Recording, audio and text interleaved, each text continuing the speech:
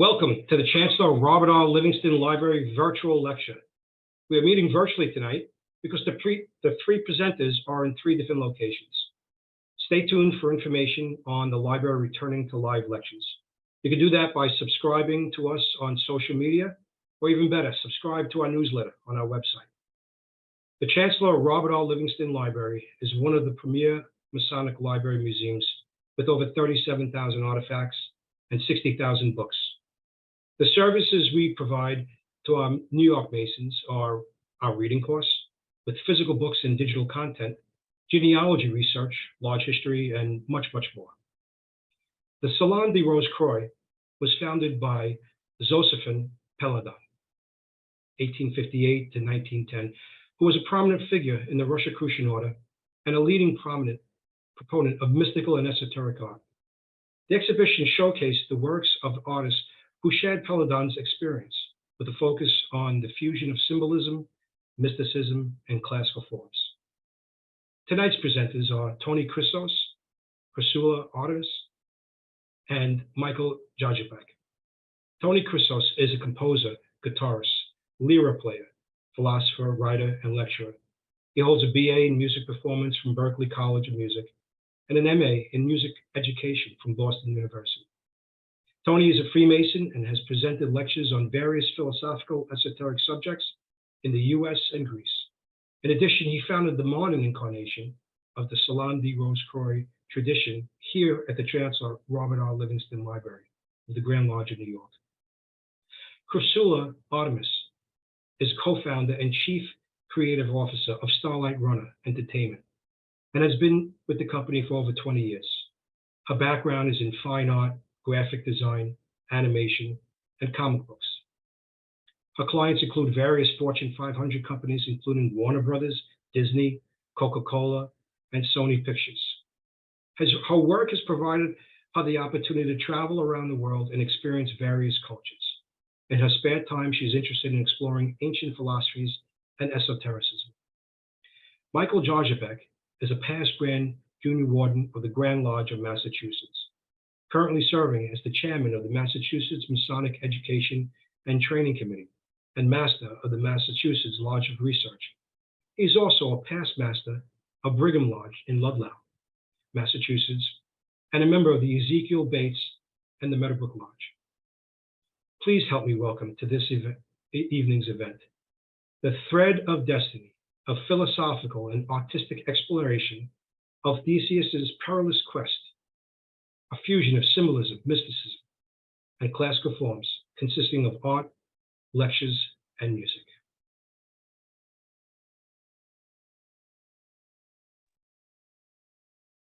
Opening invocation. I invoke the great architect of the universe and all the gods and goddesses so that everything we say and do tonight will be in accordance with their will and not the opposite.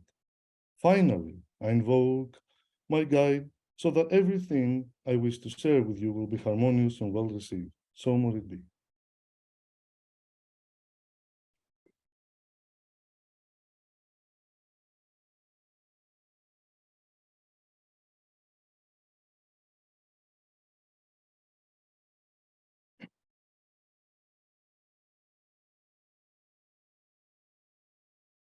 Brother Michael, you may begin with your lecture, which we are awaiting with great excitement.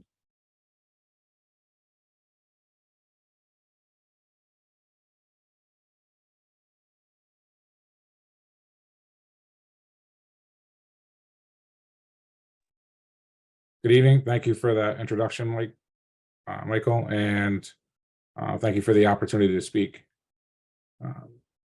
So in preparing this presentation, not being a visual artist or a musician like Chrysoula and Tony, I decided to compose this talk into 24 slides, which are representative of the rhapsodists in ancient Greece that would usually perform things like Homer and other writings of the time period.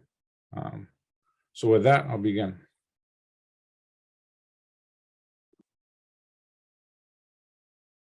Others postulate a transmutation for bodies and souls alike, in the same manner in which water is seen to be generated from earth, air from water, and fire from air. As their substance is borne upward, even so, from men into heroes, and from heroes into demigods. The better souls obtain their transmutation, but from the demigods, a few souls still, in the long reach of time, because of supreme excellence, come, after being purified, to share completely in divine qualities. But with some of these souls, it comes to pass that they do not maintain control over themselves, but yield to temptation, and are again clothed with mortal bodies, and have a dim and darkened life, like mist or vapor. This passage from Plutarch's On the Decline of Oracles, which may sound to our modern minds more alchemical than mythological, more Rosicrucian than ancient Grecian, which this talk will prove impossible, talks about the progression of the soul through stages of purification. The names Plutarch gives to these stages are men, heroes, demigods, and gods.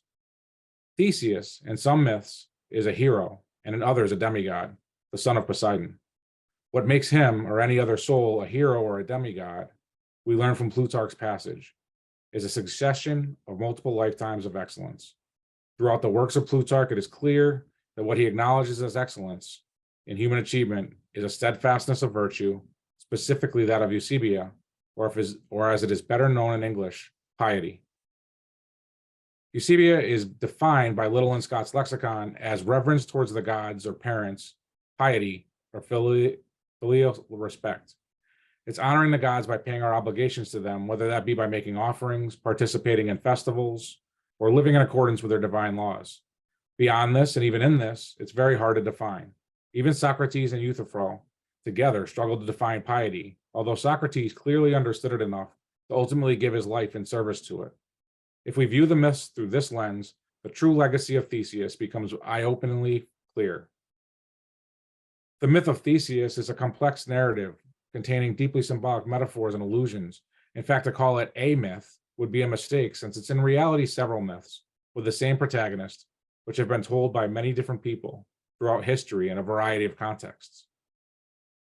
Plutarch himself, one of the most prominent tellers of the tales of Theseus, often gives several possible explanations for a single aspect of the myth. In fact, Plutarch's treatment of Theseus, rather than standing alone, serves as a companion piece to another book he wrote about Romulus, and a third book in which he compared and contrasted the founders and founding of Athens and Rome, respectively. Plutarch begins his comparison by pointing out that Theseus chose to live a virtuous life, while Romulus was only virtuous when compelled by self-interest. We often treat Plutarch as simply a historian, ignoring the fact that he was an initiate, a philosopher, and a priest of Apollo. Therefore, we often treat his works, specifically Lives, as simple histories. We also treat his works, Lives and Moralia, as different subjects, but these are both mistakes. In the introduction to his book on Alexander the Great, Plutarch says, quote, "For it is not histories that I am writing, but lives. And in the most illustrious deeds, there is not always a manifestation of virtue or vice, nay, a slight thing like a phrase or a jest often makes a greater revelation of character than battles where thousands fall, or the greatest armaments or sieges of cities. Accordingly, just as painters get the likeliness in their portraits from the face and the expression of their eyes, wherein the character shows itself, but make very little account of the other parts of the body, so I must be permitted to devote myself rather to the signs of the soul in men, and by means of these to portray the life of each, leaving to others the description of their great contests." End quote. With that description, we have to ask ourselves, what signs of soul do we see in Plutarch's telling of the life of Theseus? In Plutarch's Theseus, when we first meet our hero, he, coming of age, sacrifices a lock of hair to Apollo at Delphi. Plutarch tells us that Theseus does this in an uncommon way, reminiscent of the Abantes, and in doing so starts a trend later known as the Theseus. He also writes about the military utility of this style of haircut, which was short in the front and long in the back. This passage tells us a few things about Theseus. First, it shows that he's prepared for battle. Next, that he is pious in his honoring of the gods. And last, that he sometimes honors the gods in unique ways, which others later imitate. When Theseus is at an age where he displays, quote, not only great strength of body, but equal bravery and a quickness alike and force of understanding, end quote, his mother, following the directions that his father left, tells him the truth of his birth, and Theseus is given a chance to obtain the tokens of his father, his sandals, and his sword. These items further prepare him for the trials that he will willingly undergo on a journey to reunite with his father. It's hard not to approach this from a personal level. I think of my own life as a boy that grew up without his father and how I yearn to find him and prove myself worthy of his love and respect. I imagine how great a man he must have been. I think of how when I finally found him, I found him to be imperfect and someone to exceed rather than to make proud. I imagine Theseus went through these same emotions. We have to put ourselves in the sandals of Theseus and ask ourselves which father Theseus' journey defined. After all, for his entire childhood, it was whispered that he was the son of Poseidon. Would he have started to believe it? How would he feel when his mother told him that his father, rather than a god, was merely a king? How would he feel when he finally met him? Was it Aegeus, Poseidon, or both that he left to find? And was his motivation to prove that his mother was wrong and that Poseidon, and not Aegeus, was his true father? At this point, Theseus makes a choice to ignore the pleading of his mother and grandfather to take the easy journey by sea. Instead, he takes the more difficult journey, which in this case is by land, like his cousin Heracles, the demigod and son of Zeus, who through his labors reached the summit of Olympus. We learn from Socrates and Xenophon's Memorabilia of the choice that Heracles made when meeting vice and virtue in the form of two ladies at the crossroads to his own manhood. Socrates reminds us Aristippus, with whom he is speaking, of the words of Hesiod, who said in Works and Days, quote, vice can be had in abundance easily. Smooth is the road and very near she dwells. But before the virtue, the gods immortal have put sweat. Long and steep is the path to her, and rough at first. But when you reach the top, then at length the road is easy, hard though it remains, end quote. Plutarch recounts in Lives, quote, accordingly, he thought it a dreadful and unendurable thing that his famous cousin should go out against the wicked everywhere and purge the land and sea of them, while he himself ran away from the struggles which lay in his path, disgracing his reputed father by journeying like a fugitive over the sea, and bringing to his real father, as proofs of his birth, only sandals and a sword unstained with blood, instead of at once offering noble deeds and achievements as the manifest mark of his birth. So we see that Theseus is not simply picking up these tools left by his father and putting them in his bag. He needs to employ them in his journey to acquire noble deeds and achievements. Theseus mainly engages and defeats those that try to slow his progress. Plutarch illustrates the virtue of his actions in the following passage. Thus Theseus also went on his way chastising the wicked, who were visited with the same violence from him, which they were visiting upon others, and suffered justice after the manner of their own injustice. Justice, often symbolically represented by a sword, is just one of the tools left for Theseus by his father. The ceremonial cutting of his hair, the recognition of his virtues, and the choice of his isolation, and travel by land and the dangerous frontier are all parts of the initiation of an ephebe. The ephebes were Athenian youths that, having been found worthy, were initiated into the ephebate. After a period of military training, they patrolled the countryside and performed ceremonial duties, including several surrounding the Eleusinian mysteries, and after other important festivals. Among these, they were entrusted to accompany the sacred objects to and from Eleusis. As part of their initiation, they were said to have taken the following oath. I will never bring reproach upon my hallowed arms, nor will I desert the comrade at whose side I stand, but I will defend our altars and our hearths, single-handed or supported by many. My native land I will not leave a diminished heritage, but greater and better than when I received it. I will obey whoever is in authority and submit to the established laws and all others which the people shall harmoniously enact.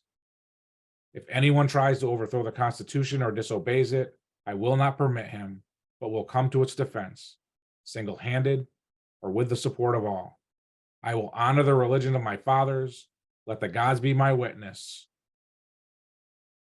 Argolius, Eneleus, Ares, Zeus, Thalo, Oxo, Hegemony. It's interesting that among those that they asked to be their witness were the Horae, or the seasons, who are identified with the three ancient Greek seasons of spring, summer, and autumn, respectively, and who are also representative of three stages of growth. After completing the labors on the path to his father's house and before crossing the river Cephisus, Theseus receives rites of purification from the Phytalidae, makes proprietary sacrifices, and feasts.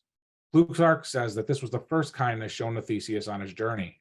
It's worth noting that Pausanias, in his description of Greece, tells of a sanctuary to Demeter and Persephone, which was built at this location.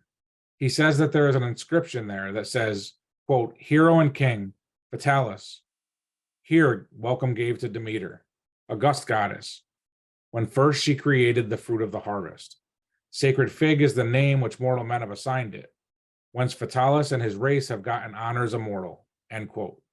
We can be assured that Theseus receiving kindness from the same family as Demeter while on a journey to Athens is no idle coincidence, as part of the path that he takes is also the return leg of the pilgrimage of the initiates and the mysteries, and that this location at times was associated with that very pilgrimage. Theseus left his mother as a boy, but he arrived at the doorstep of his father as a man. On arriving within the kingdom, Theseus found the public and private affairs of his father in disorder. Having previously concealed himself, Theseus reveals his true nature to his father by drawing his sword. His father, having been tricked by his wife to do so, was in the process of poisoning his son. After flinging the poison from his hand, he immediately names Theseus his successor as king, which starts a war with Pallas and his sons who want the throne for themselves. With the help of a herald, Theseus thwarts an ambush by these men and wins the battle. For several reasons, this scene may remind us of the sporagamos, or dismemberment of Zagreus. In this myth, Zeus identifies Zagreus as his successor to the throne and arms him with his thunderbolt. In one version of the myth, Zagreus climbed to the throne while wielding the thunderbolt, which allows Zeus to recognize him as his son. After this recognition, he immediately names him his successor. Jealous of this young, previously unknown usurper, the Titans distract Zagreus, attack and dismember him. Zeus in anger destroys the Titans. It is through this myth that Athena receives the epithet Pallas, which means to, in one aspect, to shake. This is also said to refer to the shaking or beating of the heart of Zagreus, which she collects and delivers to Zeus so that Zagreus can be reborn. We might think of this as a coincidence if Dionysus himself doesn't show up later in the myths of Theseus. Theseus next defeats the Marathonian bull, which had been plaguing the city. After parading it through the city, he sacrifices it to the Delphinian Apollo. From these exploits, we begin to see that our first observations about his readiness for battle and piety are a recurring theme in his exploits. Lifting or defeating a bull was in the line of duty for an ephebe who would lift bulls and offer them for sacrifice during several different religious festivals. Theseus is not a passive bystander in the play of his life. He's an active participant who continually chooses the harder path of virtue, or more specifically, to use the Greek term in preference to the Latin, arete. After all, it is the goddess Arete that Heracles meets on the crossroads, along with her counterpart, Kakia, or Vice. Arete in its simplest form is a person realizing their full potential. Theseus isn't choosing to make a multitude of good choices or to be a good and moral person. He is choosing to live up to his full potential, which we know is to follow his father's footsteps as king. He's choosing to live up to the oath of an ephebe. My native land, I will not leave a diminished heritage, but greater and better than when I received it. But his potential is larger than being king of his father's kingdom, and his footsteps are his own. He is destined to become the Synokistes, or uniter of what will be known as Athens, as well as its king. Of all the deeds that Theseus is recognized for, it is this that he is the most revered. Through his labors, he unites the Demes in the polis, and by defeating bandits in the countryside and usurpers in the city. However, the last and greatest threat that he and the city face in that mission is outside what would become Athens. Earlier in the story, when Theseus left for the kingdom of his father, he chose to go by land, which was more perilous. The journey to the kingdom of Minos, while by sea, is no less dangerous and not one Theseus needs to make. And yet he chooses, again, this more difficult path, which is one of selflessness and sacrifice, over the path of passiveness and inactivity. Plutarch tells us about the mode of travel that he takes on this leg of his journey. Quote, "The ship wherein Theseus and the youth of Athens returned had 30 oars, and was preserved by the Athenians down even to the time of Demetrius Phalereus. For they took away the old planks as they decayed, putting in new and stronger timber in their place, insomuch that this ship became a standing example among the philosophers for the logical question of things that grow, one side holding that the ship remained the same, and the other contending that it was not the same." End quote. Being that Plutarch is a priest of Apollo at Delphi, and that he is also a Platonist, this quote cannot be taken as an idle or unmeaning addition. Since this is a story of the life of Theseus, it would have been more appropriate to exclude a reference to later memorials to his labors. Yet he not only includes it, but makes sure to note that the ship itself is the heart of a well-known philosophical paradox. We're introduced to this paradox in Plato's dialogue, the Phaedo, which is a recounting of the death of Socrates. In this dialogue, Socrates also chooses the path of selflessness and sacrifice. He sacrifices himself for justice, for piety. In this dialogue, it's noted that Socrates' execution is delayed due to the trial taking place a day before this ship was garlanded by the priest of Apollo to prepare it for its annual journey in honor of the Cretan voyage of Theseus. It was the custom not to execute anyone during this time in order to purify the city before the voyage. A large part of the Phaedo dialogue discusses the soul in relation to the body. Socrates describes the body as a prison for the soul. Another part of this dialogue discusses harmony using the lyre as a metaphor, much in the way the ship of Theseus is used in the paradox. It is interesting to note that harmonia refers etymologically to the joint between two timbers on a ship. Theseus leads 14 youths on his journey to the labyrinth, which is literally a prison for the Minotaur. Their mode of travel to and from this labyrinth is a ship. If we use the Phaedo as a key to unlock the symbolism in the myth, we can see that the journey of Theseus to the labyrinth can be seen as an illusion of the journey of the soul as it descends into a body, and his virtuous defeating of the Minotaur and escape from the labyrinth with the help of Ariadne and her thread as an escape from the prison of the body and a return of his soul to the realms of the divine. Plutarch tells us that we should not blame Ariadne for loving Theseus, but rather wonder that all men and women were not thus affected towards him. And if she alone felt this passion, I should say, for my part, that she was properly worthy of a God's love, since she was fond of virtue, fond of goodness, and a lover of the highest qualities in man. End quote. She loves Theseus so much that she abandons her father and leaves her homeland with Theseus and the 13 youth. We see the number 14 in other mythologies, both Greek and non-Greek. We need to be careful in mixing myths, but in this case, by sticking with the works of Plutarch, I think we can gain an inkling of understanding. We know that the Titans were 14 in number. We also know that the body of Osiris was cut into 14 pieces. At first glance, these might seem unrelated, but academics such as Jane Allen Harrison have connected the Zagreus of Orpheus, the early cults of Dionysus in Crete, and Osiris in Egypt. However, we don't need to look to modern scholars to make this connection. We can stay in the text of the ancient world. Plutarch himself in Isis and Osiris makes this connection when he says, Dionysus, also called Hyas, because he is lord of the nature of moisture, and he is none other than Osiris. If we needed a further hint as to how this allusion fits within our myth, Plutarch later says, quote, "They say that the sun and moon do not use chariots, but boats in which to sail around their courses," end quote.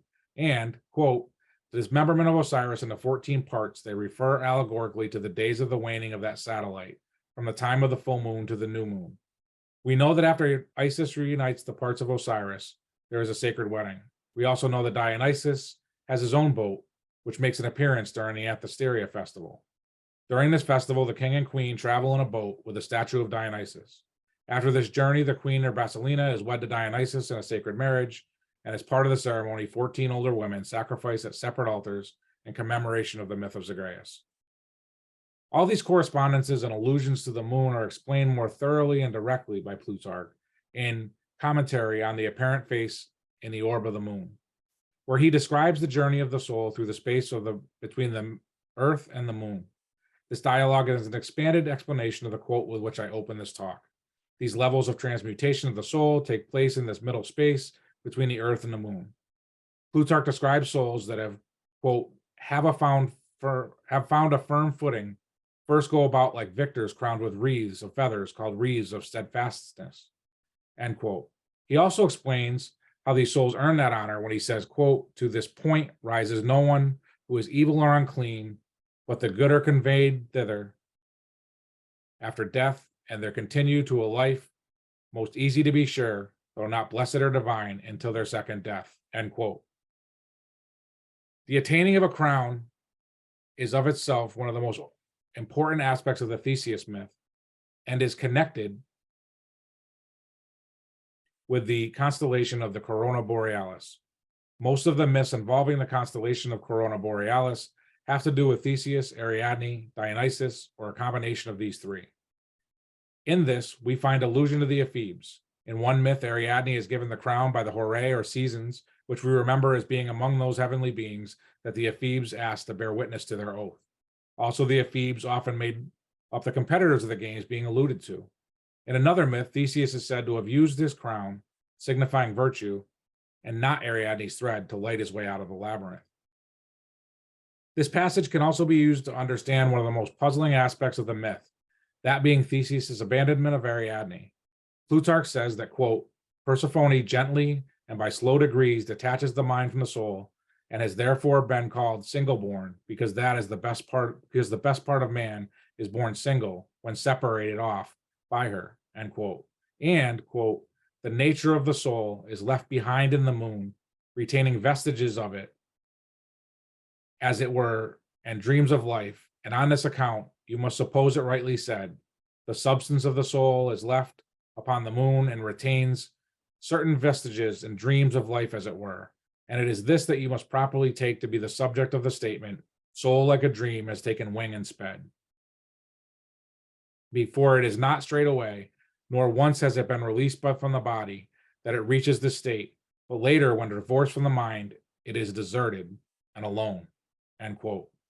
This passage in another section, or more so the ideas in it, can also seem to be referenced allegorically by Theseus' father jumping from the cliffs, as the passage says, quote, and they, the virtuous, also see the ghosts of people there, turned upside down, and as it were, descending into the abyss.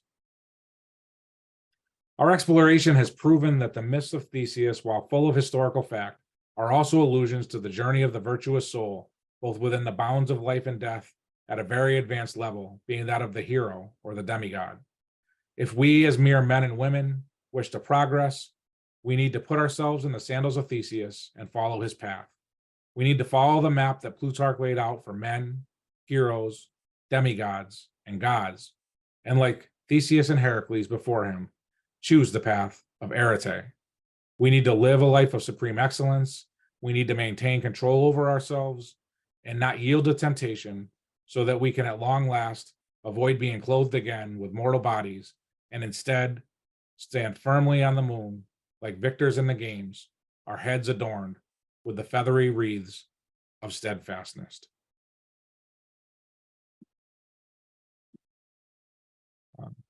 Thank you. That concludes my talk.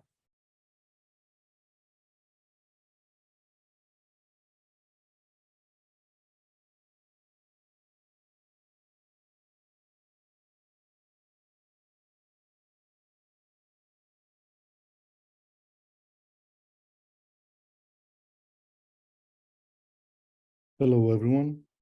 We are going to move now into the middle part of the fourth Salon de la Rose Croix. This is the part where every year for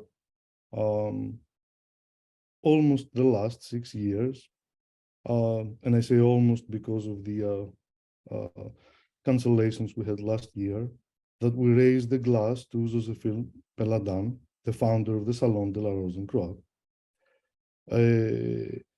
He is born on March 28, 1858 in Lyon, France. So this is just a few days away from this salon, which is why we try to time it at this time of the year. So, on this special day, we celebrate the birthday of our founder. For us, at the Salon and the order of the aesthetic Rose Croix, was a visionary who dared to push the boundaries of artistic expression and to also create a platform for the symbolist movement and also for us to express ourselves. So here is to the man who believed that art was not only a means of entertainment, but also a means of spiritual transformation, personal transformation and societal. So happy birthday to Josephin Peladan. There will be a small musical break with a composition on the guitar I have put together only yesterday. I will share very briefly the title and some information so you can understand the context. The title is Tavrokeros. Tavrokeros means bullhorn. This is an epithet both of god Dionysos, and it can be traced all the way back to Euripides in Bacchae. And it's also on the second line of the Orphic hymn to Selene, the moon. So it's also an epithet of the moon. The tone that will be playing in the background of my song is the ancient tone associated in the Orphic Pythagorean Platonic tradition with the sphere of the moon. The entire composition, it is a giant libation to Selene. So it is not composed, perfected. It was a take one video recording of a composed through improvisation. So I will go ahead and play the song, and after that we will proceed with an excellent presentation of 3 pieces of wonderful art that were created by an excellent and beloved artist, Chrysoula Artemis.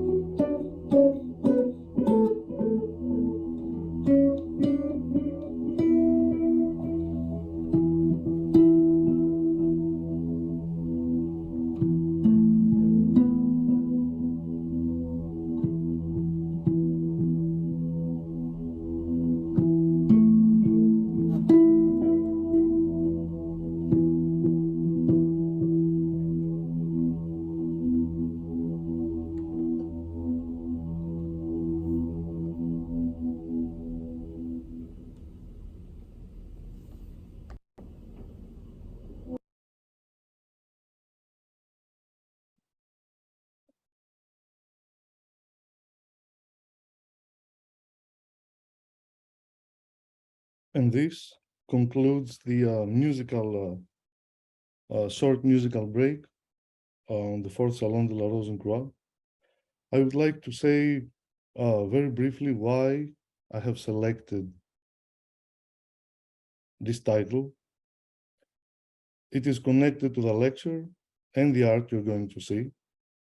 And just a couple of hours ago, the moon has entered the constellation of Taurus. So bullhorn, Tavrokeros, is the most appropriate name to honor the current astrological conditions that we are under. The selection of the scale, if it sounds unfamiliar to musicians, is because it doesn't exist. It is my own invention. For a lack of a better name, I call it the Orphic scale because I literally use it for all esoteric music I compose, usually inspired by the Pythagorean Platonic harmony of the spheres and the Orphic tradition, hence the name. And with that, I would like to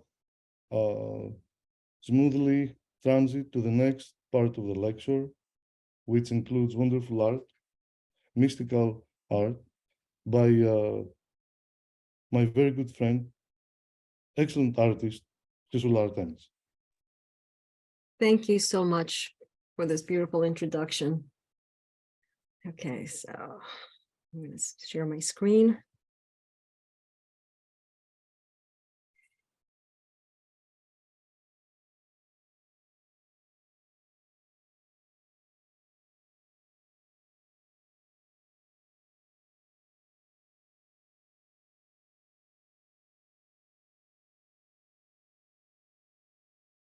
Can everybody see that? I can. Okay, great. All right.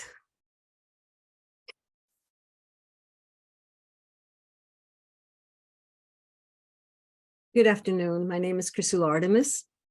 I'm thankful for the invitation to participate in the Salon Rose Croix 2023. It is an honor to be here and to present along with Tony and Michael, who have greatly inspired me with their abundant knowledge, wisdom, and generosity. I would also like to thank Michael LaRocca, who helped make this happen. I'm happy to have this opportunity to share with you 3 works of art which depict my vision of the Minotaur myth. The process of imagining and creating these works of art was a journey in itself, one in which there was exploration, a bit of anxiety, discovery, relief in completion, and the joy that comes with sharing. My first illustration is Spindle and Labyrinth, Into the Unknown. This piece sets the stage for the events that are about to take place in the ancient myth of the Minotaur, while simultaneously symbolizing that which is beyond the things bound by time and matter. A translucent Minoan labyrinth dominates this image. The path is in between the walls of a glowing ultramarine blue mist filled with a myriad of luminous particles and a star field as the background. Situated within the maze is the Taurus constellation, a reference to the Bronze Age, when it marked the sun's location during the spring equinox, a time when this myth may have originated. The Taurus constellation is also associated with god Zeus, who transformed himself into a white bull in order to abduct and seduce Europa, with whom he later had 3 sons, one of which was King Minos, the father of Princess Ariadne. The bright reddish star in the center is Aldebaran, which in ancient Greece was called Lambadias, meaning the torchbearer. I decided to place the star system in a way that allows the Lambadias star to fall in the center of the labyrinth as a representation of the point of enlightenment after the struggle between Theseus and the Minotaur Asterion. On the lower left corner is a spindle, where the fibers are collected on the dowel and turned into string after being twisted and compressed on the circular whirl. Here I exercised artistic license, and instead of illustrating a ball of yarn, as mentioned in the myth, I decided to change it into a spindle since this image kept popping into my head, and I thought perhaps I should experiment with this design. The spindle and string, much like the labyrinth, are also translucent and have a similar texture, which signifies a relationship to the non-material world. However, the colors indicate a different purpose. The dense texture of the string links it to the material world, and its reddish color represents transformation and rebirth. I use purple for the spindle's outline, since it is a color that symbolizes royalty, wealth, power, death, and transformation. In this way, I acknowledge the connection to god Zeus, who is associated with this color, and who also gave birth to god Dionysos. The bright white particles inside the whirl represent illumination. The particles in the labyrinth, the spindle, and the string altogether represent the energy and matter that fill all of life everywhere and throughout time.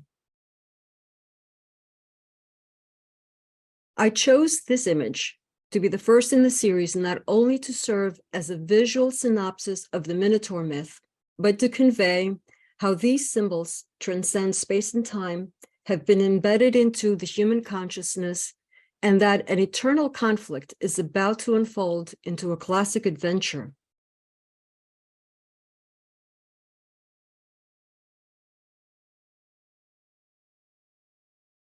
Theseus and Asterion, the battle. The second image is the main action scene when Theseus subdues the Minotaur and is about to slay him. Here I have combined the styles of Minoan art patterns with Attic pottery art, not only to show my personal appreciation for these two art forms, but to convey my own connection to this myth from my present time and their distant future via my illustrations and choice to use a digital medium. The color palette of earthy blue, green, yellow, and red is a way to show that nature is also a major character in this drama. For Theseus, I chose to depict him wearing a leopard skin, which is a rare image but denotes a time when leopards did exist in ancient Greece. It also connects him with the worship of Dionysos, since the priests of Dionysos also wore leopard skins during rituals.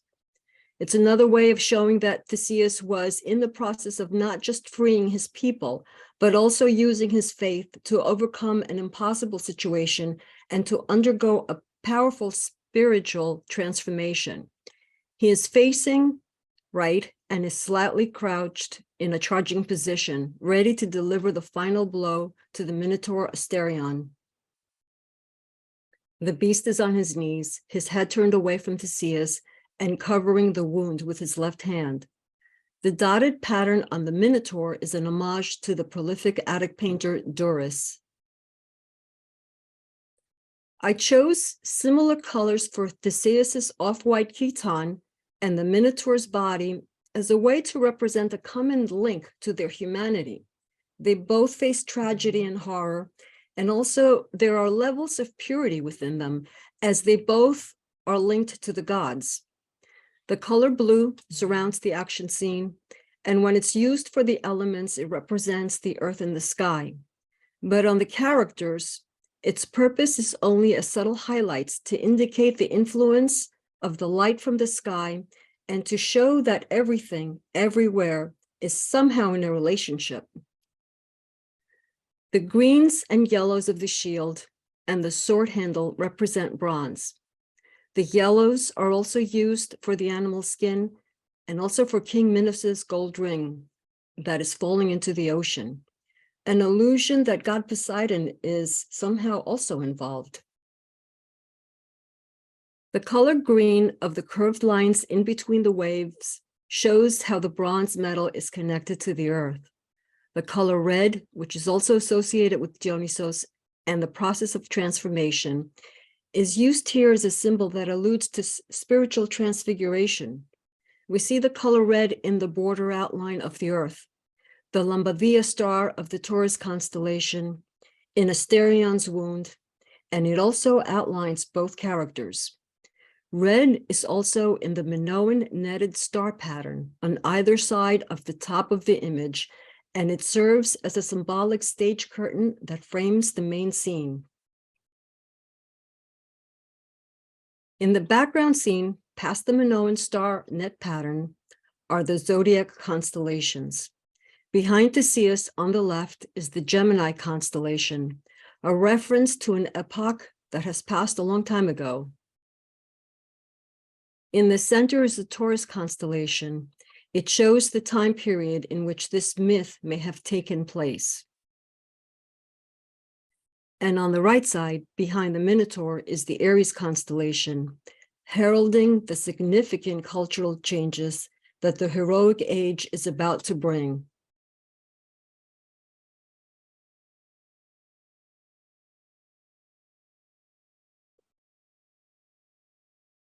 Ariadne, the slumber.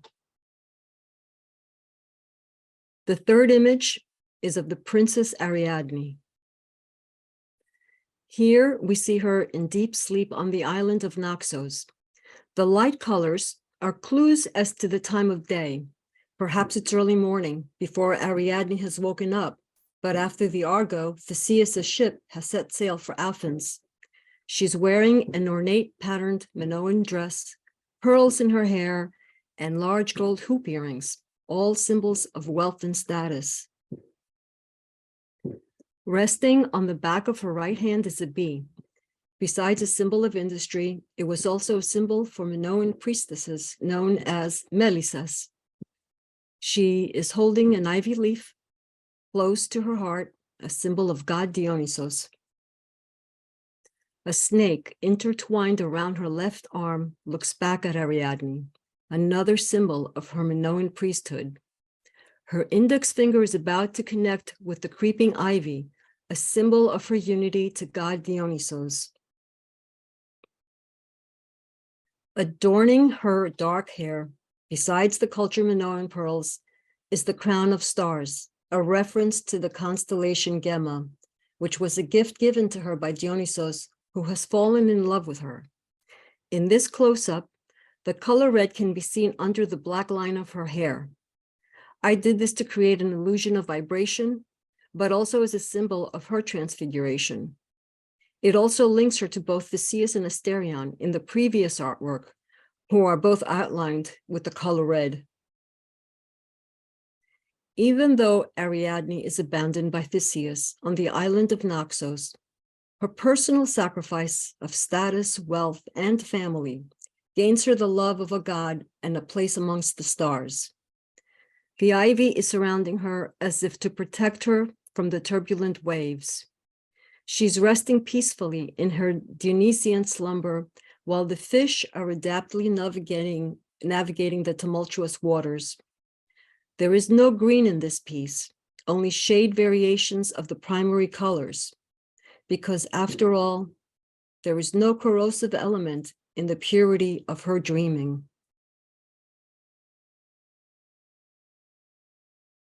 Thank you.